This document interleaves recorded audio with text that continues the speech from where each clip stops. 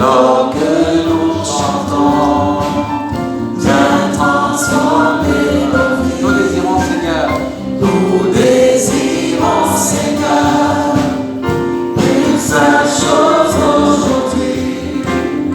Alors que nous chantons, viens transformer nos vies. Élève-toi, élève-toi, élève-toi, élève-toi.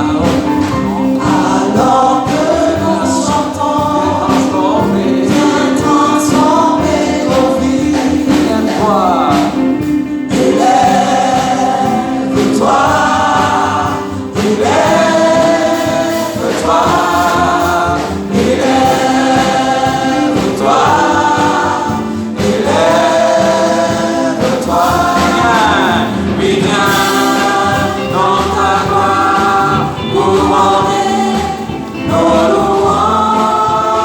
Viens, roi des rois, Dieu très saint, tout puissant.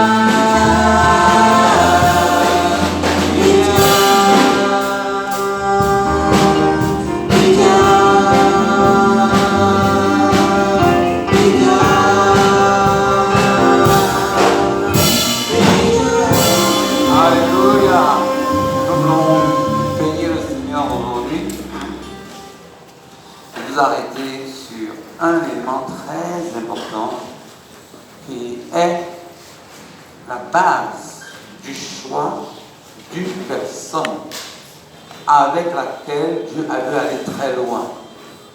Il y a beaucoup de gens qui travaillent pour le Seigneur. Il y a très peu de gens que le Seigneur s'est choisi pour faire des grandes choses.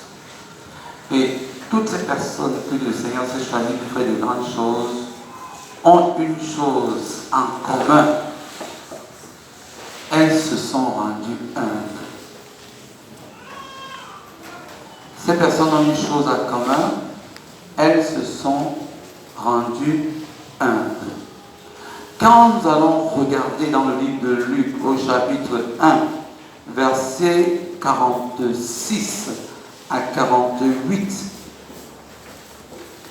la Bible dit dans le livre de Luc au chapitre 1, versets 46 à 48, et Marie dit, « Mon âme exalte le Seigneur, et mon esprit se réjouit en Dieu mon Sauveur, parce qu'il a jeté les yeux sur la bassesse de sa servante.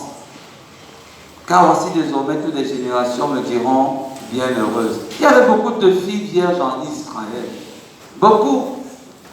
Mais il y avait certainement pas, comme Marie l'a dit par l'esprit, parce que c'était son cantique, beaucoup qui avaient atteint la bassesse de Marie, qui avaient atteint le degré d'humilité que Marie a, pour que le Seigneur puisse faire d'elle le vase qui va porter son Fils, son Sauveur. Et quand elle va faire le cantique à l'Éternel, il dit, le Seigneur, c'est comme s'il dit, il m'a choisi particulièrement à cause de ma bassesse. C'est le Saint-Esprit qui le met dans sa tête pour pouvoir être la porteuse de son Fils bien-aimé. Parce que quand l'ange viendra, il dit, elle dit, je ne connais pas un homme. Elle est étonnée de ça. Mais le Saint-Esprit va lui dire, Dieu a jeté son regard sur ta bassesse. Vous voyez, il y a beaucoup de jeunes filles vierges qui peuvent faire des choses pour le Seigneur, mais il y en a qui ne sont pas suffisamment humbles pour que le Seigneur puisse les utiliser pour sa gloire. Nous voulons dire que l'humilité n'est pas un fruit de l'esprit. Ce n'est pas un fruit de l'esprit. Ce n'est pas comme l'amour, la paix, la joie et tout. Quand tu donnes ta vie au Seigneur, tu n'es pas nécessairement humble. Tu n'es pas nécessairement humble. Ce n'est pas un fruit de l'esprit. Jésus va nous dire dans le livre de Matthieu au chapitre 4. Seigneur Jésus va nous dire dans le livre de Matthieu chapitre 18, verset 4. Il va dire, c'est pourquoi quiconque se rendra humble comme ce petit enfant sera le plus grand dans le royaume de Dieu. L'humilité, c'est une décision personnelle de l'être.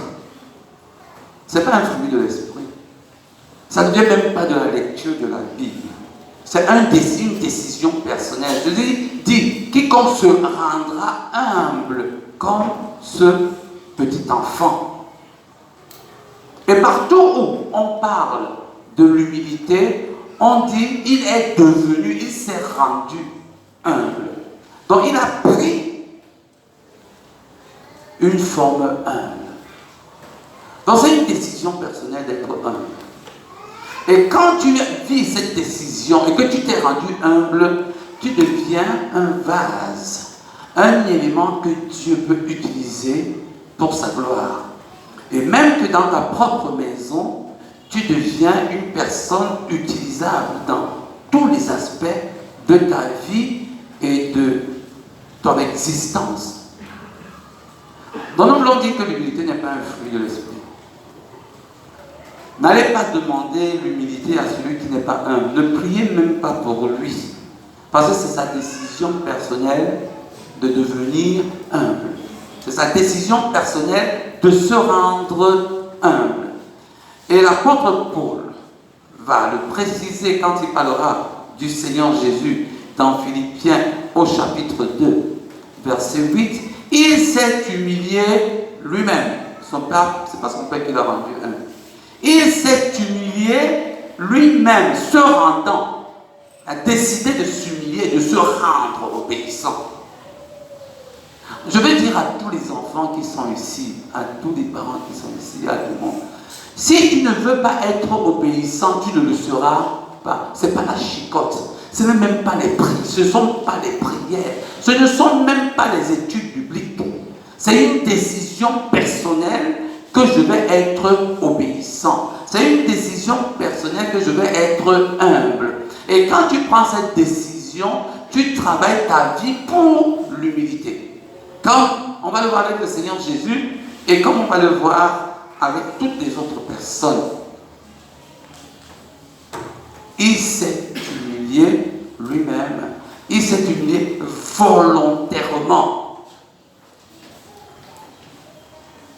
Comme je dis, ce n'est pas la parole de Dieu qui rend un homme humble. C'est pas parce qu'il est rempli de cet esprit. Mais nous savons que parfois même la parole de Dieu rend les gens orgueilleux. Nous le savons. Sarah et Aaron sont devenus orgueilleux parce qu'ils avaient reçu le Saint-Esprit.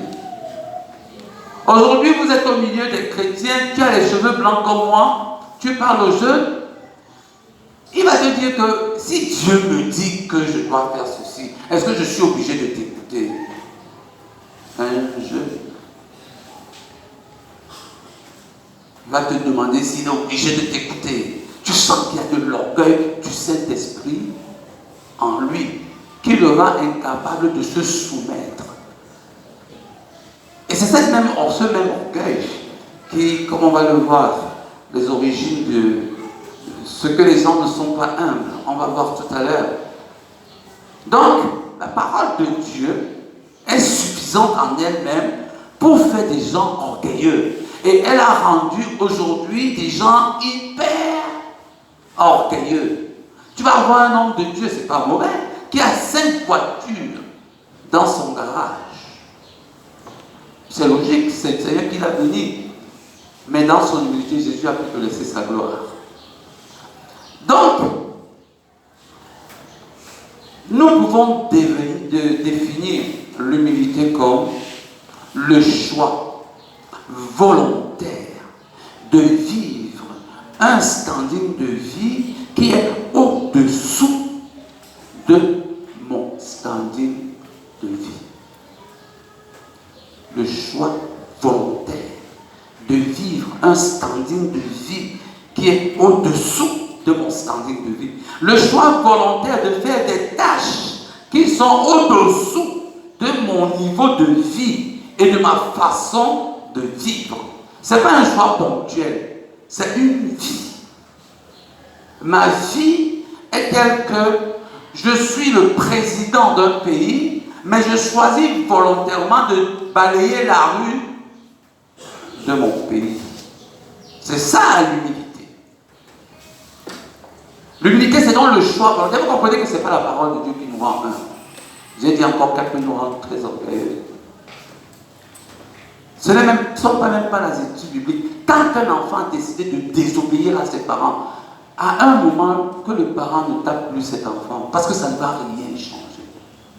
La décision ne vient pas de son cœur. Tant que tu es un pasteur et que tu as des gens qui sont contre toi, évite-les tout simplement. Parce que tant qu'ils n'ont pas décidé d'être humbles, quand tu as quelqu'un sous ton toit, il n'a pas décidé d'être humble, tu ne peux rien faire. Parce que c'est un choix personnel de devenir humble.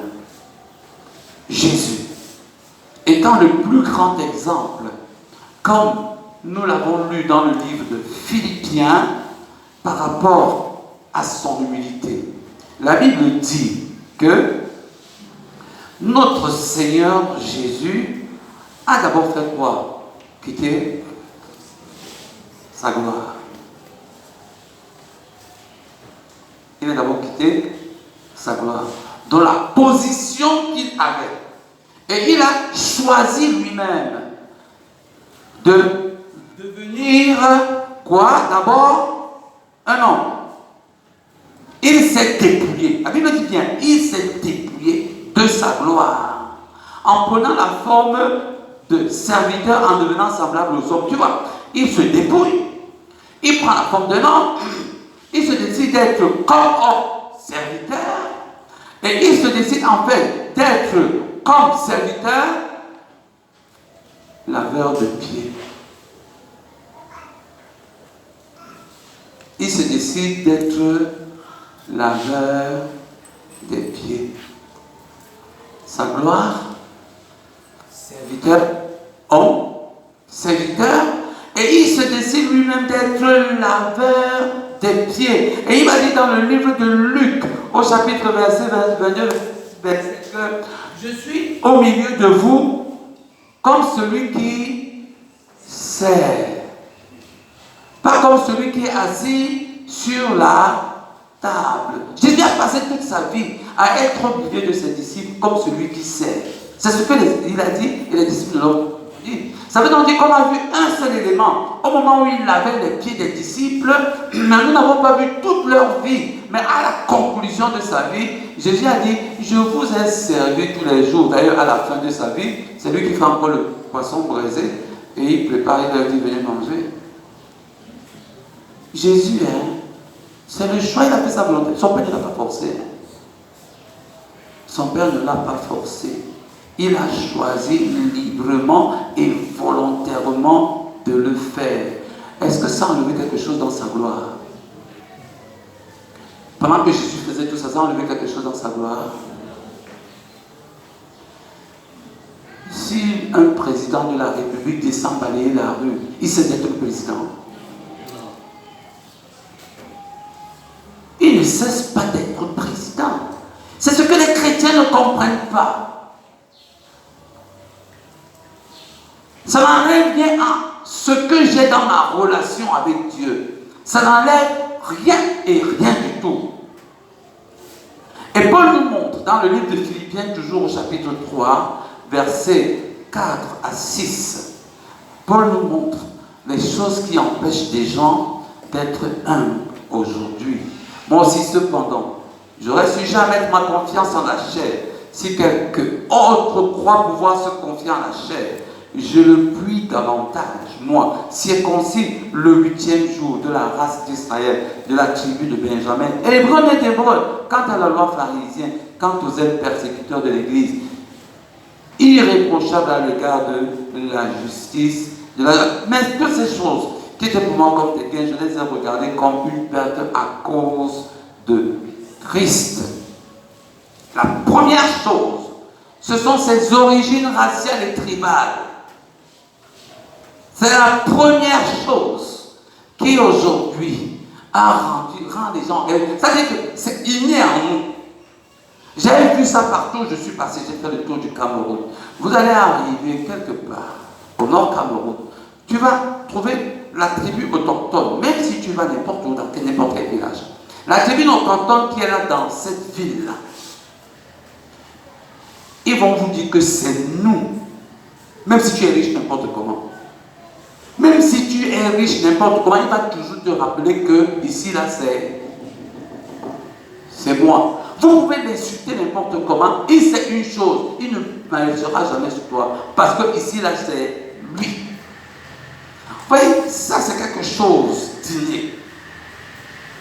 Nos origines raciales, qui font qu'aujourd'hui, les gens lisent les autres comme des moins que rien. Vous savez, je vais dire tout à l'heure que quand tu es humble, tu es malléable dans ta vie, c'est-à-dire que tu peux te fondre dans toutes les situations de ton existence. C'est seulement un homme humble qui le peut. Et je vais vous donner des exemples. Tu es malléable.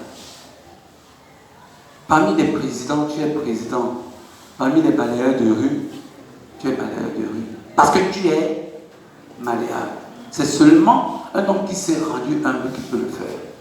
Quelqu'un qui ne s'est pas rendu humble ne peut jamais le faire. J'étais en campagne d'évangélisation avec quelqu'un qui m'avait invité dans la campagne. Et pendant que la campagne se déroulait, après le premier jour, il a vu ce que le Seigneur était en train de faire. Il me dit, tout le monde veut que je puisse prêcher moi aussi. Il faut qu'on le voit aussi prêcher. C'est un frère entre deux. J'ai dit, vas-y.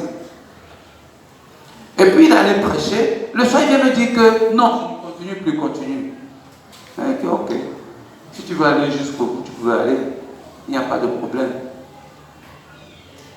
Et pendant la campagne, je puisais de l'eau avec ma voiture, on faisait tout ce qu'il fallait faire. Et un jour, le gars, il me dit, ici chez nous, il fait très frais. C'est pour ça que nous, les habitants de cet endroit, nous sommes plus sages et plus intelligents que vous. Je suis le pasteur, il m'a invité, j'ai dépensé mon argent. Et il me dit, il est plus sage et intelligent que moi. J'ai dit, gloire. Vous voyez, ses origines, sa gloire personnelle. Et vous avez comme l'impression que c'est lui. Nous-mêmes, nous l'exprimons le plus souvent. Nous exprimons cela au-dedans de nous. C'est ça qu'il y a beaucoup de chrétiens, mais Dieu va regarder l'humilité d'une personne et travailler avec lui. Il y avait beaucoup de filles en Israël, mais Dieu n'a regardé que la bassesse. Et il y avait beaucoup de Jésus, il n'y avait qu'un seul qui pouvait sauver les autres. Celui qui est venu du ciel. La religion, comme je disais tout à l'heure, pour les révérends pasteurs. Et quand je rentre dans une église, on ne m'assoit pas là devant, je rentre chez moi, parce qu'on n'a pas accueilli le révérend pasteur. J'ai le Saint-Esprit. Je ne suis plus sous l'autorité de personne. Personne. Et vous voyez, ces gens, ils font des exploits, mais ils ne pourront jamais aller loin. Ils sont enfants de Dieu, ils sont sauvés. Ça, c'est super. Ils peuvent prêcher comme les autres. Ça, c'est super. Surtout que quand ils prêchent, même c'est leur comparaison, c'est par rapport aux autres. Ça, c'est super. Mais que le Seigneur mette sa main sur eux pour faire d'eux un collaborateur direct, c'est pas possible. Ça va être très difficile. Parce que c'est celui qui s'est rendu humble. Dieu va venir puiser de son humilité pour l'élever. Tu ne te rends pas humble. Tu ne peux pas travailler avec toi. J'ai le Saint-Esprit. Je parle en langue. Comme je disais, je suis prophète ancien responsable. J'ai une église de 400 membres, 4000 membres, 2000 membres. Et quand on passe, on essuie les pieds de Seigneur Jésus. Il prêche l'évangile. Le Seigneur a dit, c'est seulement celui qui se rendra humble. Une autre chose qui est très amusante, toujours avec l'apôtre Paul, comme il nous décrit, les titres, l'école. J'ai appris au pied de Gamaliel. Et que ça lui avait donné une valeur. Et c'est ça qui donne la valeur aux jeunes d'aujourd'hui. Je racontais une histoire vendredi à l'étude publique ou bien mercredi. Nous sommes en train de prêcher l'évangile. Je prends les appareils, je branche dans la console, c'est-à-dire la table de mixage. Je suis en train de brancher et puis il y avait un petit bruit. Je dis au bonhomme que ton jack n'est pas bon. Un bonhomme comme ça, il s'est passé à 12 ans, ou 17 ans, je crois. Il est à l'université. Il éclate de rire. Comme les jeunes font, hein. Leurs parents leur parlent, ils éclatent de rire. C'est l'orgueil. Ton autorité, ton aîné parle, tu éclates de rire. C'est un orgueil bizarre, bête même, qui fait que Dieu ne peut jamais jeter son regard sur toi. Parce que tu vas te moquer de lui-même, Dieu. Un jour, tu vas te dire, va à droite, tu lui dis, Seigneur, tu ne comprends rien, il faut aller à gauche. Puisque c'est ta vie, tu vas te moquer de lui. Et le lendemain, je suis là, les autres jours déjà, on a branché les appareils. Le gars arrive avec sa guitare, il pose sa guitare là, il attend que je me déplace de là où je suis pour venir. Lui n'est pas capable de venir vers moi pour me dire, pasteur, je suis déjà arrivé, est-ce que tu peux me connecter à la console? Après 10 minutes, je suis parti vers lui, bien évidemment. Et puis je lui dis, mon garçon, viens. Hier, tu t'es moqué de moi. Tu sais ce que c'est que les cheveux blancs dans la Bible? Tu lis ta Bible, tu es enfant de Dieu, tu lis ta Bible, tu connais les conséquences de la moquerie contre les cheveux blancs. Ta vie n'est pas sur une bonne base. Et aujourd'hui, tu viens, tu t'assois, tu veux que c'est le pasteur qui vienne vers toi pour venir connecter ton truc. Tu es rempli d'orgueil. Tu es rempli d'orgueil. Quelque chose que tu veux, tu ne vas jamais réussir. Ça, j'étais clair avec lui. Heureusement, à la fin de la réunion, elle est venue me voir et me dit, pardonne-moi. J'ai dit, ok, tu es pardonné. Puis ce jour, on était devenus de très bons copains.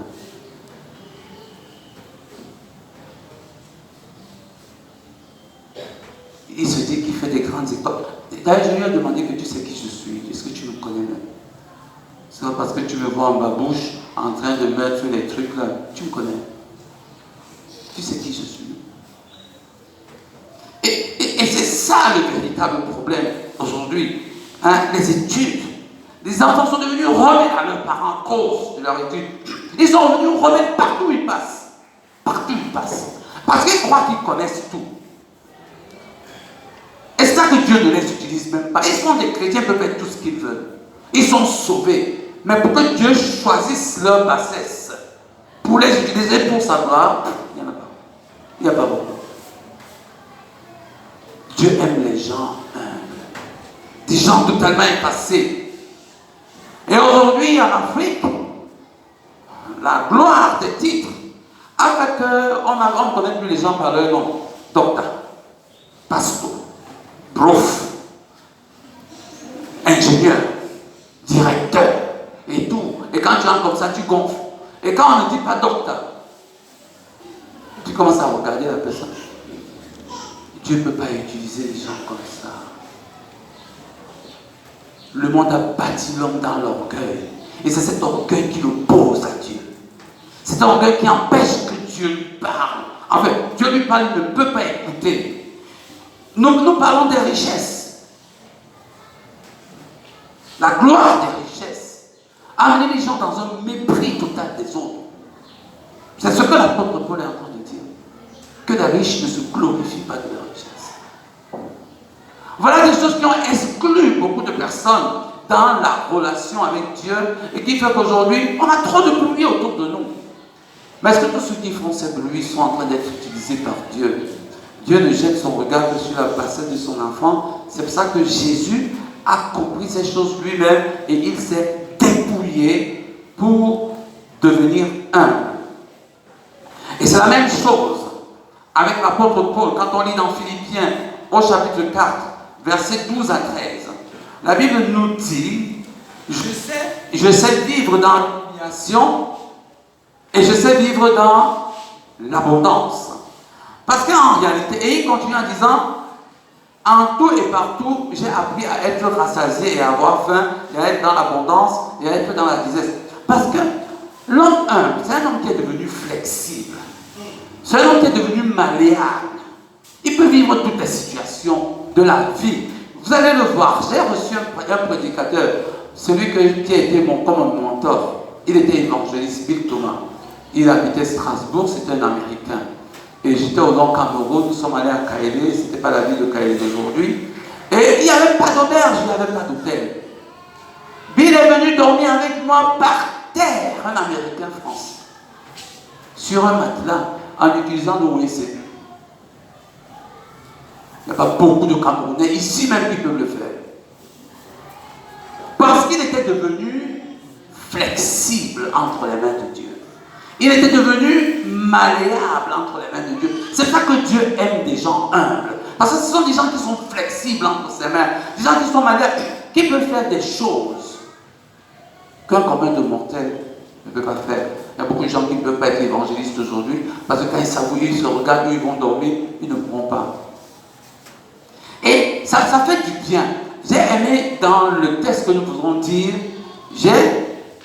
je sais vivre dans l'humiliation et je sais vivre dans... L'humiliation ici, c'est je ne n'ai rien.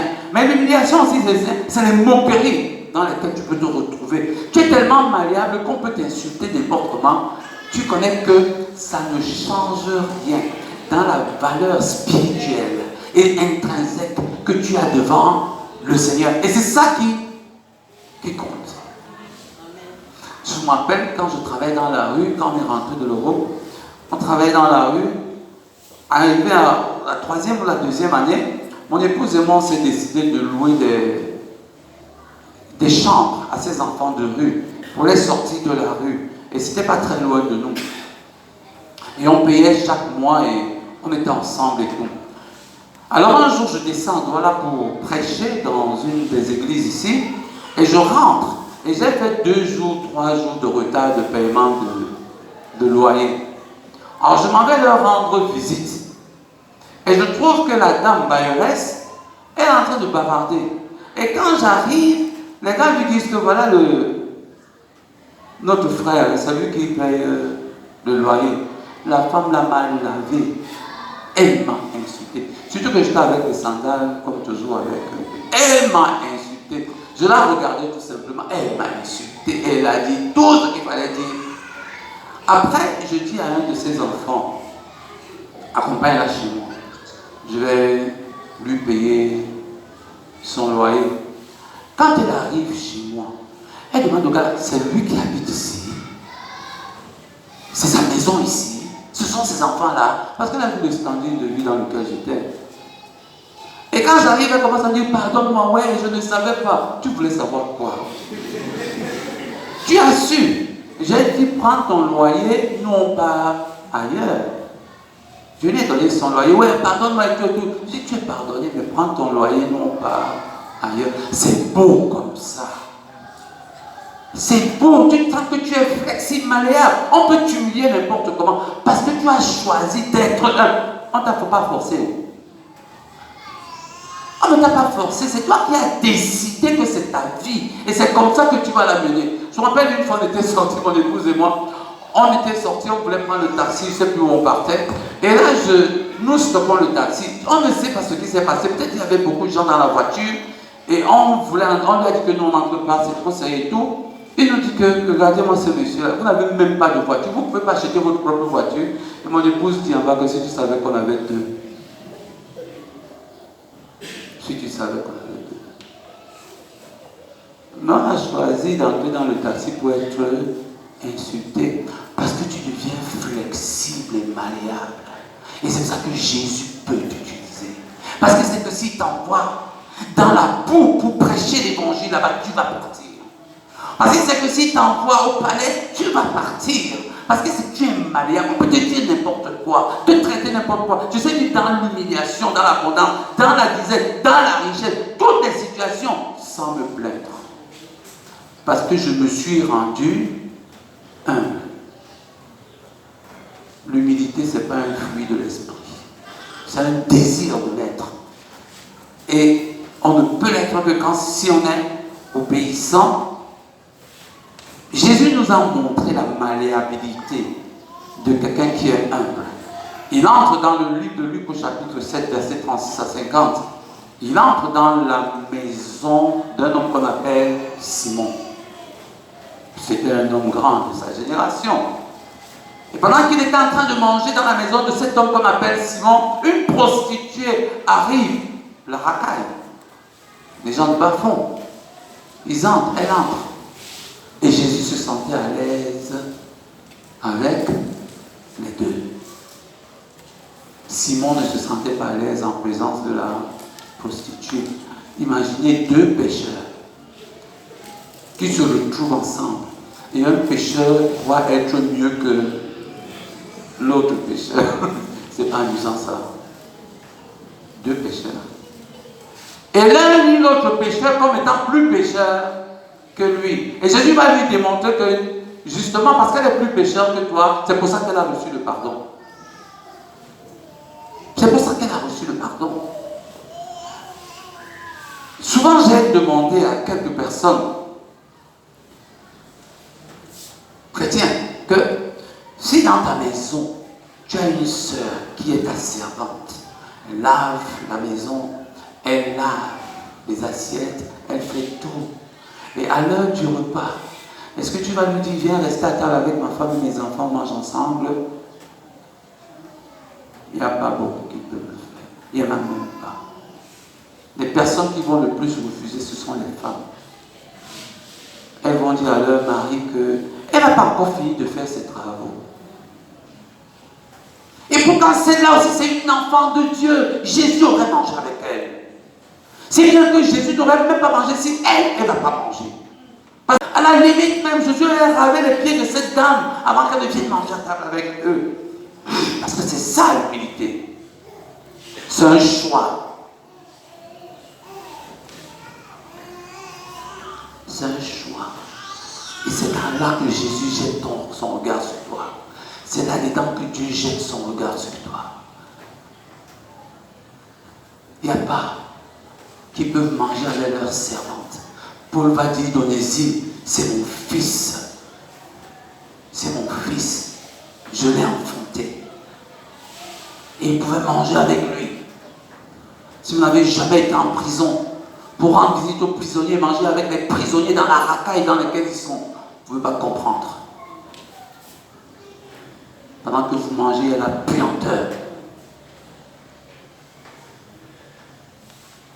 Tu vas aller juste déposer les dons et ne pas être en contact avec eux. Tu seras un homme de bienveillance, mais tu ne seras pas un homme compatissant et miséricordieux. Parce que tu n'as pas choisi d'être humble. C'est un choix. On se rend humble. Jésus est à l'aise avec la prostituée et Simon. Mais Simon n'était pas à l'aise avec la prostituée. Simon a invité une grande personnalité spirituelle. Il n'a pas invité une racaille qui va venir manger. Et là même, il va juger Jésus. Il va juger Jésus. C'est bien évident que si quelqu'un, enfin, comme on aime s'appeler directeur, et que tu es directeur, tout le monde sait que c'est ta servante. et que vous êtes en train de manger ensemble avec les autres directeurs, tu dis à ta servante, toi aussi mets ton plat, viens manger avec nous. Tu ne peux même pas. Alors tu vas dire que sa puanteur va empêcher que tes collègues mangent bien. Jésus allait le faire. Parce que c'est son choix. Il s'est rendu humble. L'apôtre Paul allait le faire. Parce que c'était son choix. Il s'est rendu humble. C'est pour ça que Dieu pouvait travailler avec eux. Marie a reçu le bébé dans son ventre. Parce que Dieu a regardé sa bassesse. C'est pas pour rien. Dieu a regardé sa bassesse. Il y a des personnes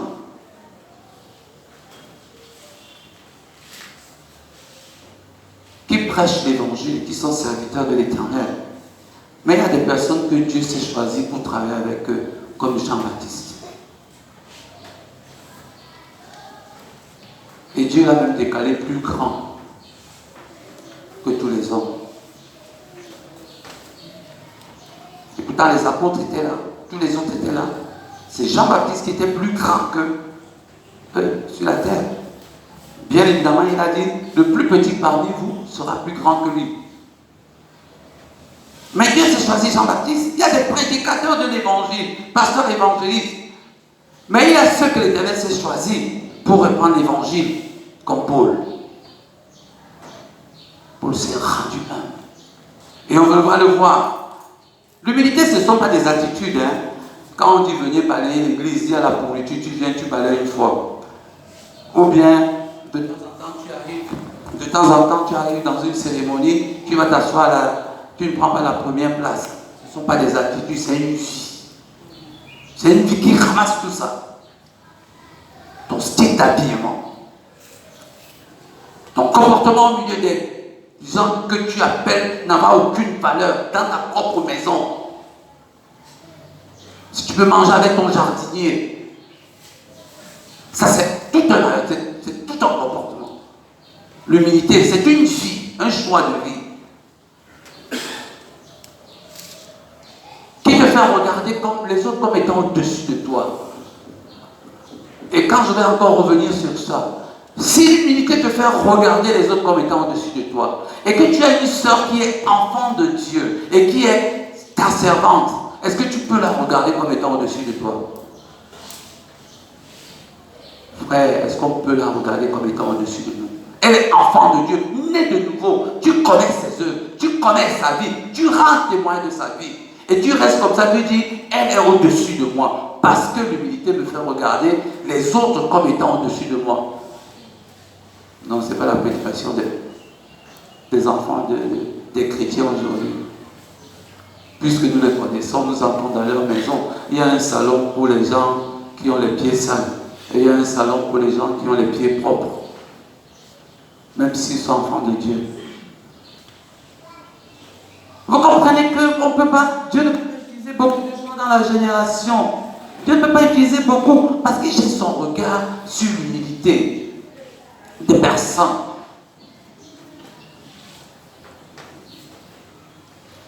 L'humilité, ce n'est pas les paroles que nous entendons souvent. Je suis votre humble serviteur. Je suis votre humble serviteur. Et pendant qu'il dit votre humble serviteur, tu regardes ses chaussures 50 000, sa veste 200 000, sa chemise 35 000. Votre humble serviteur. Après, quand il passe, tout le monde va toucher la poussière de ses chaussures. Pendant ce temps, celui qui touche la poussière de ses chaussures, il a fait 5 jours, il n'a pas mangé. Quand il finit sur votre humble serviteur. Et nous reprenons cette phrase en disant le serviteur de l'Éternel. Tu parles. Serviteur de l'Éternel. Serviteur de l'Éternel est un laveur de pieds. C'est un laveur de pieds. Le serviteur de l'Éternel. Qui peut se rendre réellement humble? Qui peut se rendre? Qui peut se rendre? Qui peut choisir d'être réellement humble? C'est celui qui a connu la vraie conversion du cœur. Une conversion totale, celle qui libère. Je dis la vraie conversion, une conversion totale. Celle qui libère de sa gloire, de tout ce qu'on a dit de la gloire, comme Jésus, pour faire de toi laveur de pieds. Ça te libère de ta gloire, de toute ta gloire, pour faire de toi laveur de pieds. C'est lui qui peut être un. Cette conversion, c'est une conversion vraie et véritable. Une conversion totale. Ça se lit dans sa vie. Une conversion qui te détache de ton orgueil, de ton moi, de ta connaissance, de ton intellectualisme, de tout ce que tu es, docteur, prédicateur, homme riche, directeur, tout ça. Ça te détache de toute ta gloire, comme l'apôtre Paul. Et fait de toi faiseur de temps pour nourrir les pauvres et les malheureux. Il est vagabond. Ça ne change rien dans la valeur spirituelle que tu as. Paul est resté Paul. Jésus est resté Jésus. Pierre est resté Pierre. Avec les mêmes qualités et les mêmes bénéfices pour la vie éternelle. Qui te détache de ta famille, une conversion réelle, qui te détache de ta famille et de tes biens comme Pierre, pour faire de toi un homme sans toi et sans abri, vivant à la merci de l'évangile, bien que tu aies une femme, bien que tu aies des enfants, bien que tu aies un toit. C'est une conversion qui te sort de cette gloire. Vous n'allez pas demander à nos frères qui ont toutes les chambres climatisées, ou bien des belles maisons, ou bien même des maisons en caraboute, n'importe quoi, et qui sont accrochés à leur vie. C'est pas, ils ne peuvent pas être humbles. Ils ne peuvent pas être humbles. Parce que celui qui n'est pas humble fera du Seigneur Jésus et de sa foi un moyen pour devenir riche. J'aime bien entendre les chrétiens parler de ça. Quand ils ont atteint un certain niveau, soit de misère profonde, ils vont te démontrer que c'est par sa foi qu'il est là. Par la foi, on devient humble. Par la foi, on devient humble. Mais ça ne change rien dans la gloire que nous avons.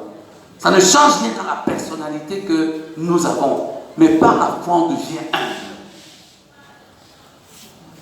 Je vais terminer en disant que l'action de l'Éternel dans ta vie et au travers de ta vie dépendra de ton humilité. Ce n'est que ça. L'action de Dieu dans ta vie et au travers de ta vie dépendra de ton humilité. Même le succès que tu vas avoir dans ton couple. Tous les couples n'ont pas de succès parce qu'ils ne sont pas revêtus d'humilité. L'homme et la femme, si les deux étaient revêtus de la vraie humilité telle que nous venons de voir, vous ne trouverez jamais un couple avec des problèmes. Parce que l'homme est le serviteur de sa femme et la femme sera la servante de son mari. Parce qu'ils sont revêtus d'humilité. Mais parce qu'ils ne sont pas revêtus d'humilité, l'homme est la critique de sa femme et la femme est la critique de son mari. Parce que l'humilité n'existe pas. L'effacement n'existe pas. Si ce n'est l'esprit de domination. Et même la facilité dans la relation avec les autres personnes sera tellement grande, qu'ils soient grands ou petits.